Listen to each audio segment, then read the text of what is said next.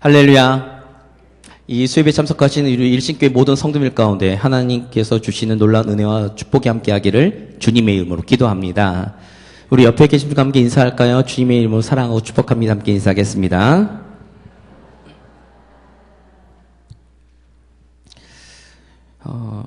오늘 본문은 우리 성도님들이 잘 아시는 말씀입니다.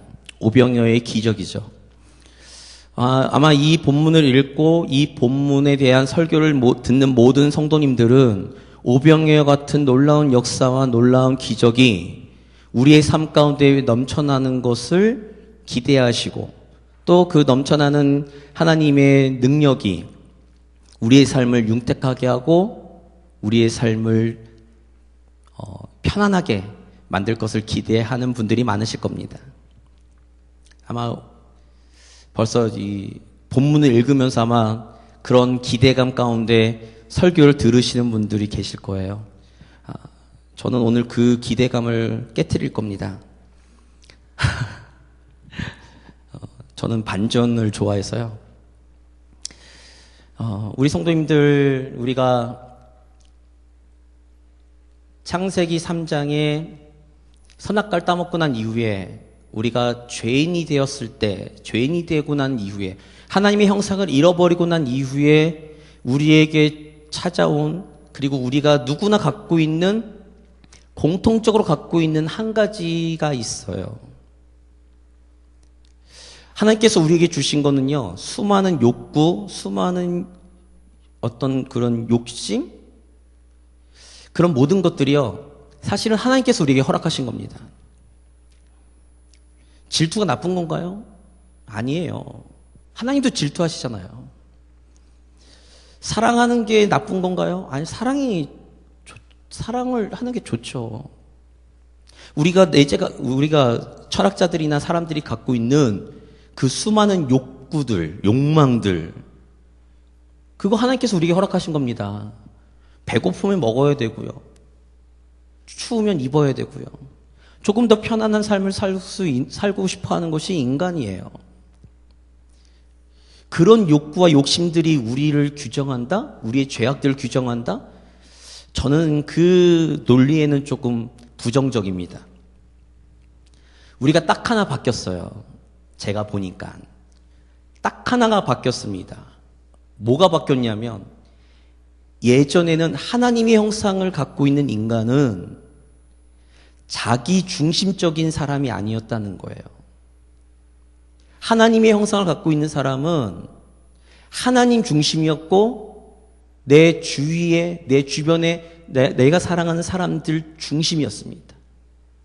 그런데 우리가 타락하고 난 이후에 그 하나님 중심이었고 다른 사람들 중심으로 살았던 그 우리의 모습이 이제는 내 중심적으로 살기 시작하는 것이 죄의 가장 기본적인 속성입니다. 이것이 죄의 가장 근본이에요. 자기애.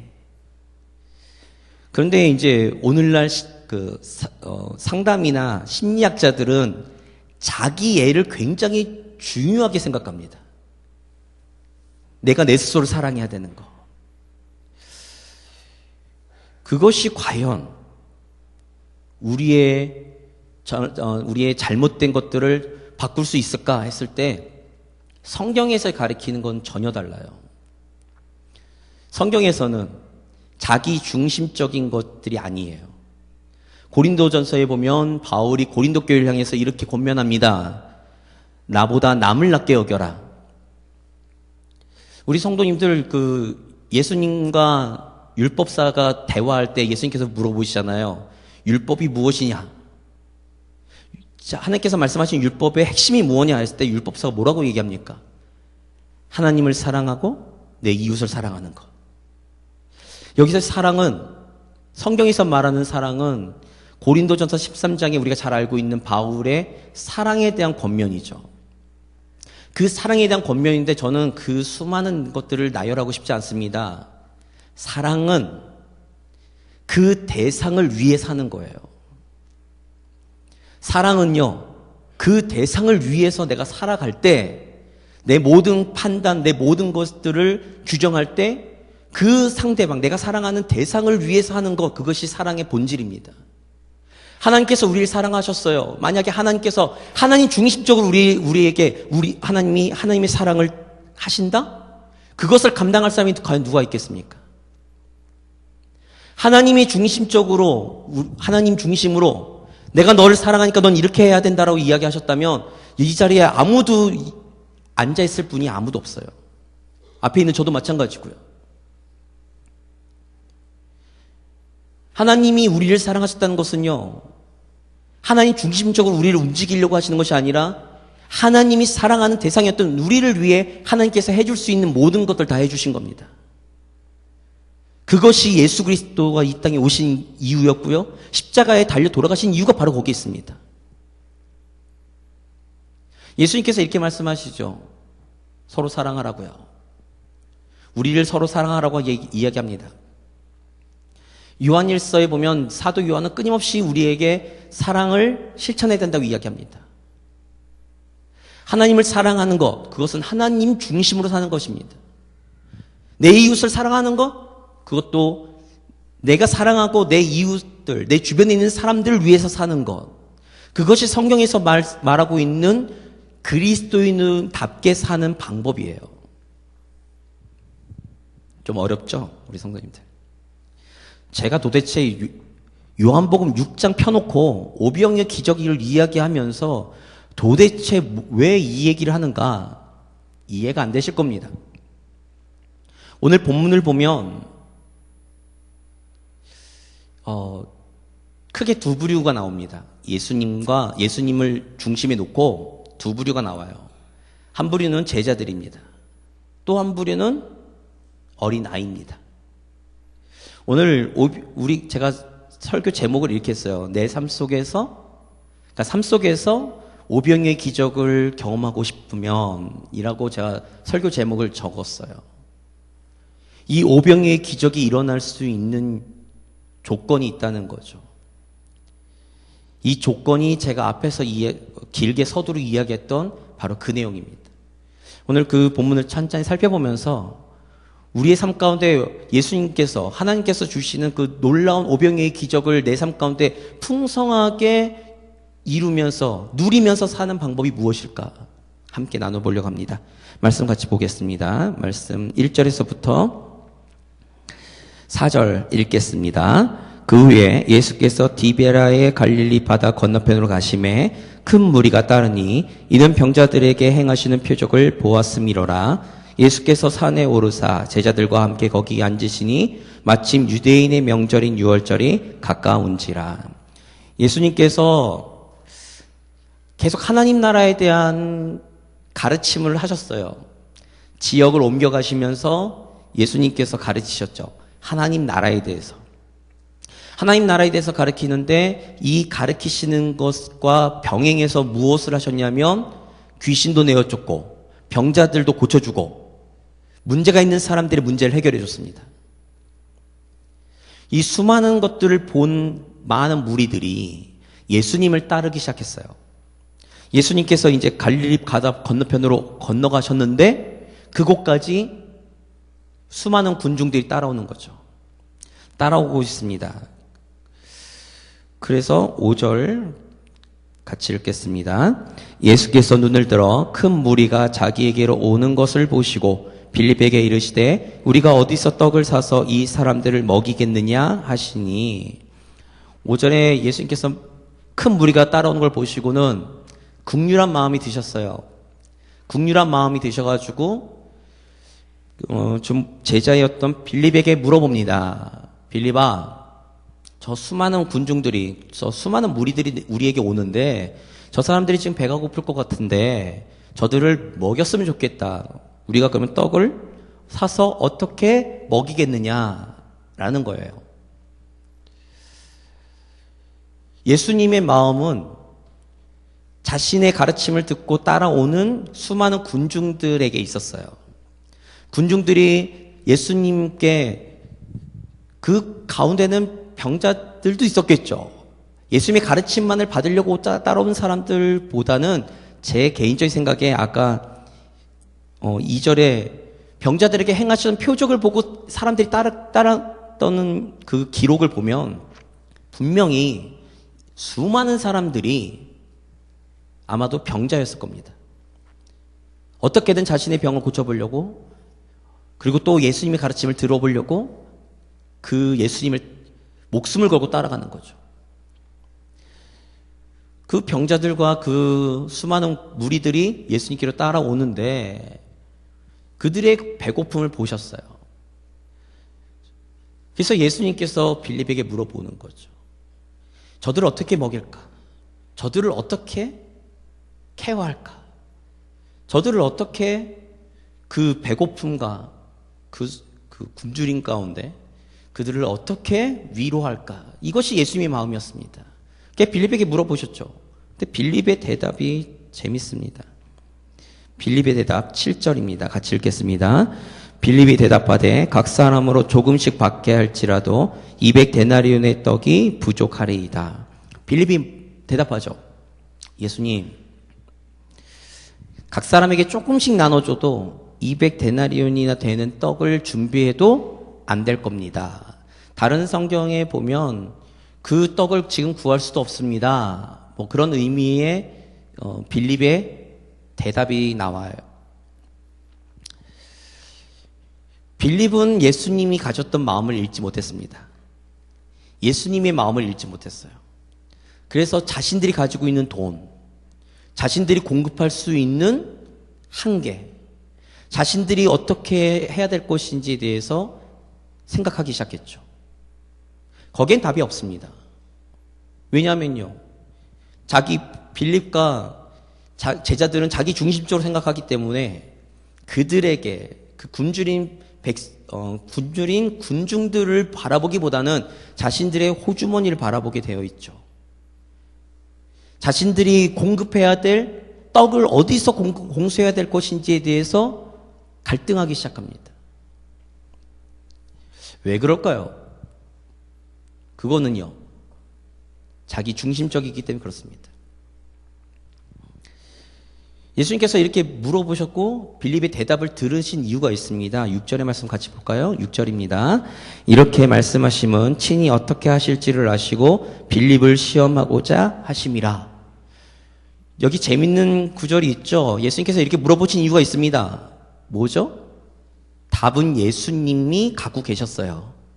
예수님이 어떻게 먹이실지에 대한 답이 있으셨어요. 왜요? 예수님은 전능하신 하나님이니까요. 그런데 물어본 이유가 빌립을 시험코자 하는 거예요. 빌립을 시험하고자, 무엇을 시험하고자 하는가 했을 때 개인적으로는 이런 겁니다. 예수님이 가지고 있는 마음, 예수님께서 그동안 제자들에게 보여주셨고 제자들에게 가르쳐주셨고 제자들에게 알려주셨던 그 하나님의 마음, 예수님의 그 마음을 얼만큼 알고 있는가 라고 저는 개인적으로 생각합니다. 그랬더니 8절, 9절 같이 보겠습니다. 8절, 9절입니다. 제자 중 하나 곧 시몬 베드로의 형제 안드레가 예수께 여짜오되 여기 한 아이가 있어 보리떡 5개와 물고기 2마리를 가지고 있나이다. 그러나 그것이 이 많은 사람들에게 얼마나 되겠사옵나이까. 우리 성도님들은 여기 안드레가 이렇게 고백하는 게 믿음이라고 보실지 모르겠지만 저는 믿음이라고 보지 않습니다. 이 안드레가 이렇게 얘기하죠. 예수님, 한 어린아이 도시락이 있는데 이 도시락이 얼만큼, 지금 우리가 모아보니까 이거밖에 없는데 이거 과연 아이 하나 먹이기도 모자른, 딱 맞을 수 있는 이거 갖고 5,000명을 어떻게 먹이겠습니까? 과연 되겠습니까? 이렇게 얘기하는 거예요.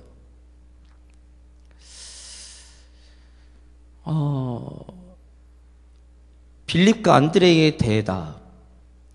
그들은 중심에 계속 자기 중심적인 거예요.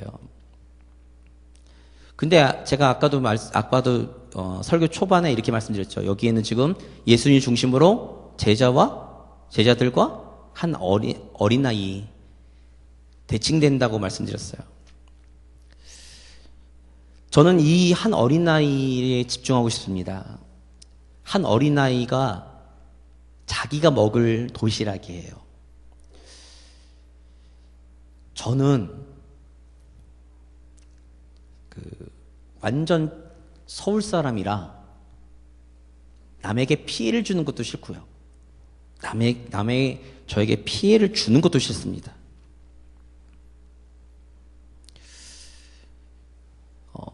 중고등학교 때 저는 남중 남고만 나왔거든요. 남자애들끼리 먹으면요 난리가 아닙니다. 내 반찬은 내 반찬, 네 반찬 내 반찬 뭐 이렇게 해가지고 먹죠. 젓가락이요 무슨 옛날 중국 소림 무술 영화를 보면 막 젓가락이 난무하잖아요. 뭐 하나 갖고 막 서로 젓가락질 해가면서 뺏어 먹으려고 하고 그런 것들을 남중 남고에 가시면 보실 수 있습니다. 거의 무림학교예요. 거기는. 저는 그게 되게 싫었거든요. 저는 요즘은 많이 좋아졌는데 사춘기 시절 고등학교 때까지 저희 집 식구가 먹다 남은 음식도 전 안 먹었습니다. 되게 겉보기에는 그러지 않을 것 같은데 되게 까탈스럽게 전 좀 까탈스러워요. 그런 사람이다 보니까 저는 사실 뭐 먹을 게 제 가방에 있는데 같이 먹어야 될 상황이 되었어요. 전 절대 안 꺼내놉니다. 중고등학교 때 그렇게 살았어요. 그래놓고는 그거 나중에 먹어야 되니까 뭐 수학여행이나 어디 가서 먹어야 되니까 혼자 화장실에서 먹고 뭐 이랬거든요. 얼마나 이기적입니까? 그죠? 우리 성도님들. 얼마나 된다고 그냥 콩 한 쪽도 반 나눠서 같이 나눠 먹어야지 그게 정이 있는데 저는 정이 없어요. 그래서 제가 제일 싫어하는 과자가 초코파이입니다. 진짜 별로입니다. 그런 사람인 제가 이 성경을 보면서 저 아이가 자기의 도시락을 내놓는다는 것 자체가요. 이해도 안 되고요. 왜 내놨을까를 생각을 해봤어요. 마태복음 6장 33절에 예수님께서 이렇게 말씀하십니다. 먼저 그의 나라와 그의 의를 구하라. 그리하면 이 모든 것을 너희에게 더하시리라. 우리 성도님들이 하나 아셔야 될 게 있어요. 하나님의 마음을 알고 우리가 그 마음을 품고 그 마음과 같은 마음으로 우리가 무언가를 한다면 하나님께서 역사하신다는 사실을 기억하시길 바랍니다. 한 아이가, 철없는 아이가 그렇게 고민하고 있는 예수님과 제자들 주변에 아마 있었겠죠. 그러다 보니까 드린 거예요. 예수님의 이야기, 제자들의 이야기를 들었겠죠. 그러니까 이거라도 사용해 주세요라고 드렸어요. 자기 중심적으로 자기가 먹으면 끝날 문제있던 도시락이었지만 한 아이가 먹어도 안 될 그 도시락이에요. 보잘것 없죠. 그러니 안드레가 볼 때 얼마나 하찮겠습니까? 정말 하찮잖아요. 장정이 몇인데요? 장정만 5,000명인데요. 아이 도시락 갖고 누구 코에 붙입니까? 그러나 이 아이는 예수님의 그 마음, 예수님의 그 고민, 예수님의 그 생각에 그의 작은 도시락을 드렸어요. 그랬더니 어떤 일이 벌어집니까? 말씀 보겠습니다. 10절부터 같이 읽겠습니다. 10절부터 13절 같이 읽겠습니다. 예수께서 이르시되 이 사람들로 앉게 하라 하시니 그곳에 잔디가 많은지라 사람들이 앉으니 수가 5,000명쯤 되더라. 예수께서 떡을 가져 축사하신 후에 앉아있는 자들에게 나눠주시고 물고기도 그렇게 그들의 원대로 주시니라. 그들이 배부른 후에 예수께서 제자들에게 이르시되 남은 조각을 거두고 버리는 것이 없게 하라 하시므로 이에 거두니 보리떡 5개로 먹고 남은 조각이 12광줄 위에 찼더라. 자, 말도 안 되는 일이 벌어지기 시작합니다. 말도 안 되는 일이 벌어져요. 예수님께서 제자들에게 가서 나눠주래요. 나눠주는데 어떻게 나눠줘요? 제자들은 조금씩 나눠줘도 모자릅니다. 200데나리온이나 필요합니다. 이렇게 얘기했는데 예수님께서는 원하는 대로 나눠주래요. 원하는 대로 나눠주는 겁니다. 배가 부를 정도로 원하는 대로 떡과 물고기를 나눠주기 시작합니다. 그랬더니 어떻게 됩니까? 5,000명이 배부르게 먹죠. 그리고 12광 중에 남습니다. 말도 안 되는 일이 벌어지는 거예요. 다른 성경을 좀 찾아보시면요. 오병이어의 기적만 있는 게 아니고요. 다른 비슷한 사병의 기적도 나타납니다. 그게 다른 사람들은, 다른 어떤 신학자들은 그것이 같은 이야기다 뭐 이렇게 얘기하지만 그건 같은 얘기가 아닙니다. 분명히 그 두 가지가 같이 있었다라고 성경은 기록하고 있기 때문에 이 지금 오병이어의 기적이 한 번 이루어진 게 아니에요. 몇 차례 있었어요. 우리 성도님들에게 제가 오늘 말씀드리고 싶은 건 이거예요. 우리는 이 오병이어의 기적에 대한 이야기를 듣고 하면서 누구의 삶이 풍성하길 원하시는가라고 하면요. 솔직히 말씀드리면 내 삶이 오병이어의 기적 같은 풍성한 삶이 되기를 원합니다. 이렇게 속으로는 생각하실 거예요. 죄송하지만 얼마나 이기적입니까? 자기 중심적이잖아요. 만약에 이 아이가, 그러니까 우리의 모습을 이 아이에게 이렇게 대입하면 이런 거예요. 예수님, 물고기 두 마리와 떡 5개가 있는데 이걸 주님께 드릴 테니 이거를 불려서 저에게 주세요. 이게 우리의 모습일 겁니다. 아마도. 그런데 이 아이는 자기는 굶어도 되니까 그것을 사용하라고 드렸어요. 보잘것없는 거지만. 제가 제목에서 삶 속에 오병이어의 기적을 누리고 싶다면 이러고 점점점 했는데 답은 이겁니다. 하나님의 마음을 품고 다른 이들을 위해서 우리의 작은 것을 헌신하면 수많은 사람들이 함께 축복받고 그 축복이 넘쳐서 나에게도 돌아온다는 것이 성경에서 항상 이야기하고 있는 축복의 원리거든요. 이 아이가 자기만 먹으려고 했다면 자기 혼자도 배불리 못 먹었죠. 근데 그 보잘것없는 도시락을 주님의 손에 맡겼을 때 5,000명을 먹이고 자기도 배부르고 12광주리나 남았다는 거예요. 근데 오늘날 우리는 그럴 생각이 없다는 거죠. 우리의 배를 불리기 위해서 우리는 주님께 헌신하고 주님께 기도하고 주님께 우리가 부르짖죠. 거기에 하나님께서 과연 오병이어의 기적을 이루게 해 주실 건가? 저는 좀 부정적으로 봅니다. 우리 성도님들이 잘 아시는 5만 번 기도 응답받은 조지 뮬러의 이야기 아시잖아요. 5만 번 기도 응답받은 조지 뮬러라는 제목으로 책이 나왔어요. 그러니까 많은 성도님들이 어디에 포커스를 두냐면 내가 기도를 5만 번 이상 같이 받아야겠다라고 생각을 하시는 거예요. 조지 뮬러의 일대기를 읽어보셨나요? 안 읽어보셨죠? 조지 뮬러가 왜 고아의 아버지가 되려고 했는가? 그는 결단이었어요.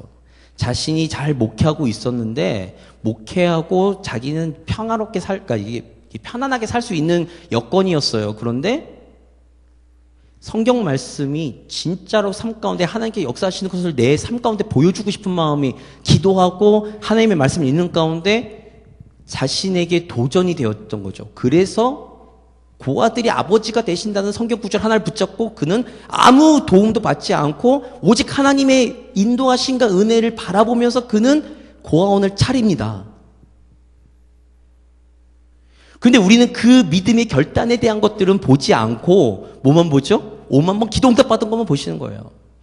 수없는 하나님께서 어떻게 기적적으로 그의 삶 가운데 역사하셨는가만 보는 거죠. 그러나 그 이전에 그는 하나님의 그 말씀과 하나님의 뜻과 하나님의 그 마음을 그가 그의 삶 가운데 보여주기 위해 자신의 평안함, 자신의 것들을 다 포기하고 그 당시에 전쟁으로 고아들이 수없이 많은 그 사회 가운데 그는 하나님의 마음을 품고서 고아의 아버지가 되기로 결정합니다.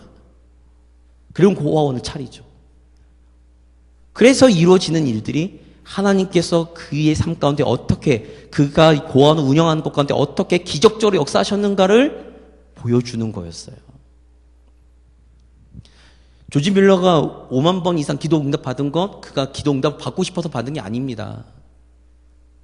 그는 하나님이 고아의 아버지가 되신다는 그 성경 구절 그리고 그의 삶 가운데 하나님의 마음을 가지고 그가 헌신하겠다는 그 헌신 한 명의 아주 지극히 작은 보잘것없는 인간의 힘으로 그의 삶을 주님의 손에 맡겼을 때 그는 3,000명이나 되는 수많은 고아들을 먹이고 입히고 하나님의 역사를 보여주는 산증이 되었다는 거죠.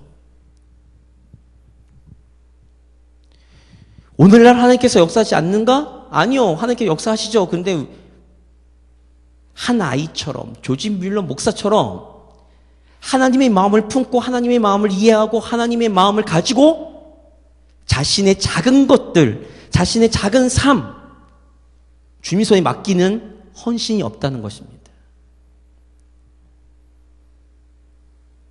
예수님께서 이렇게 말씀하셨어요. 한 알 미랄이 땅에 그대로 있으면 한 알 그대로 있지만 미랄 한 알이 죽으면 30배, 60배, 100배의 열매를 맺는다고요.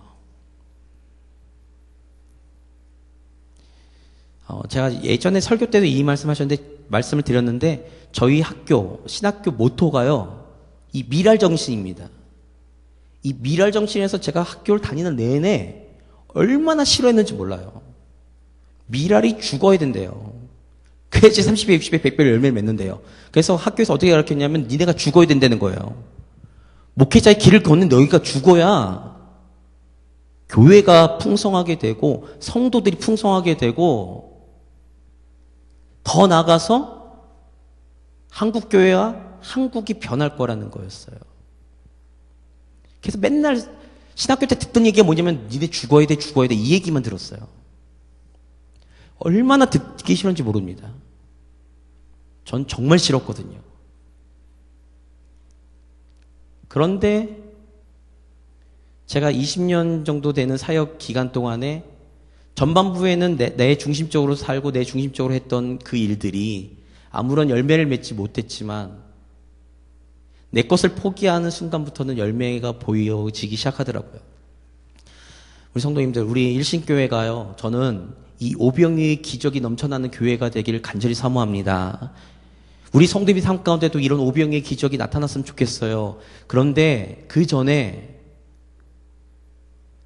하나님을 사랑하고 하나님 중심, 이웃을 사랑하고 그 이웃들을 중심으로 사는 우리의 모습들, 나의 유익을 구하는 것보다는 다른 이들을 위해서 살려고 하고 살려고 하는 그 마음이 하나님의 마음을 가지고서 살려고 할 때 하나님께서는 그 하나님의 마음을 품은 모든 성도들의 헌신 가운데 하나님께서는 30배, 60배, 100배 열매를 맺게 해주실 수 있는 능력자이신 하나님이심을 믿으시길 바랍니다. 우리는 그걸 못하고 있다는 거죠. 그렇게 하셔야 됩니다. 내 유익을 내려놓고 다른 이들을 위해, 교회를 위해, 다른 지체들을 위해, 성도를 위해, 더 나아가서는 주를 믿지 않는 사람들을 위해 우리가 과연 하나님의 마음을 가지고 어떻게 우리가 나아갈 것인가. 이 답은요, 개개인 찾으셔야 됩니다. 개개인이 가지고 있는 하나님께 주신 달란트가 다르고요. 하나님께서 주신 재물도 다르고요. 하나님께서 주신 능력도 다 다르기 때문에 그렇습니다. 내게 주신 것으로 과연 하나님의 마음을 어떻게 헌신하며 살 것인가? 그럴 때 우리 성도님들의 삶과 일신교회와 더 나아가서 한국교회와 우리 교회와 성도들을 통해서 이 땅 가운데 오병이어의 기적 같은 놀라운 역사, 하나님의 역사를 보여주고 그 일을 통해서 하나님이 홀로 영광 받으시는 귀한 교회와 성도가 되시기를 주님의 이름으로 기도드립니다.